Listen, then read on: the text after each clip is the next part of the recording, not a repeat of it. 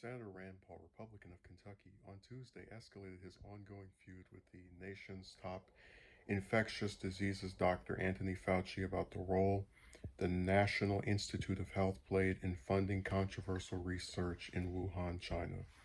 The two traded barbs during a tense exchange, triggering a shouting match in which Fauci accused Paul of lying in order to further his agenda.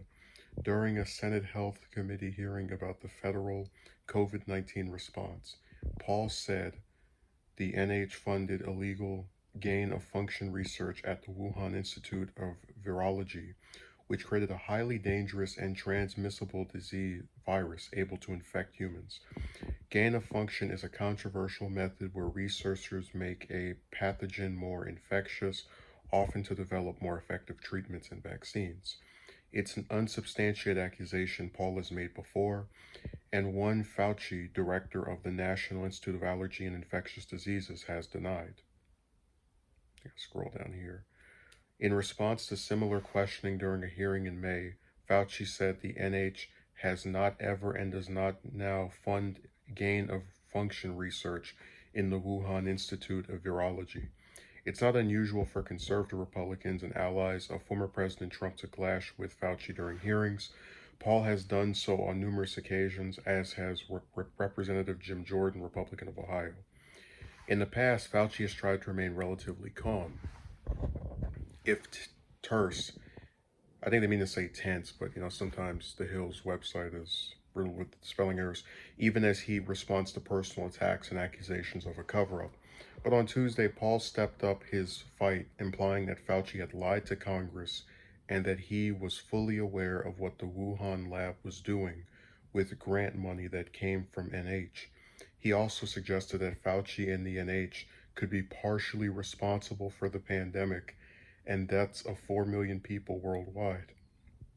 Paul cited an academic paper that purportedly shows the lab was conducting illegal research to create potential pandemic pathogens, a triple P, that exist only in the lab, not in nature, a claim Fauci denied in one of his angriest public exchanges to date. Senator Paul, you do not know what you are talking about, and I want to say that officially, Fauci said. How can you say that's not gain of function? It's a dance, and you're dancing around this because you're trying to obscure responsibility for 4 million people dying around the world from a pandemic, Paul responded, cutting Fauci off.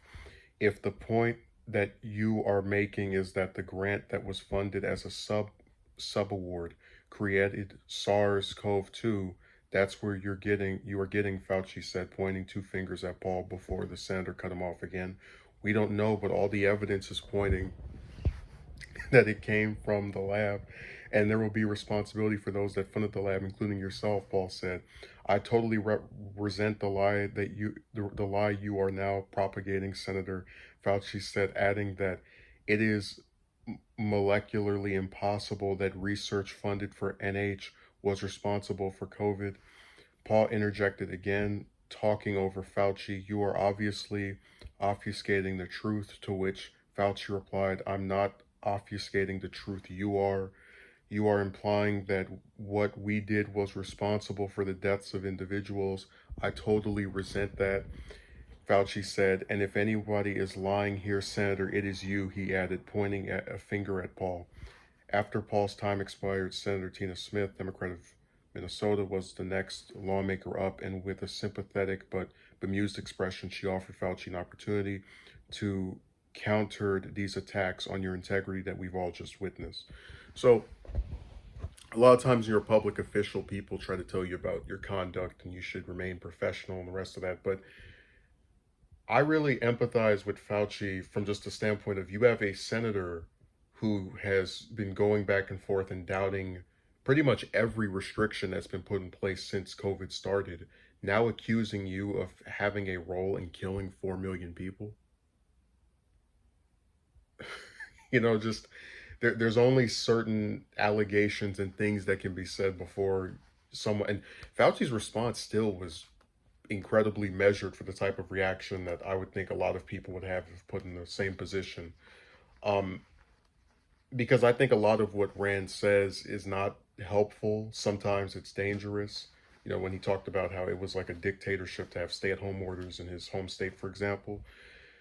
Um, but for whatever reason, because he's a doctor, he feels like he, I guess, knows more than the people whose job it is to inform us about this. And I just get so sick of how a lot of these Republicans are really pushing the China did something to start this position, like China maliciously set out this disease.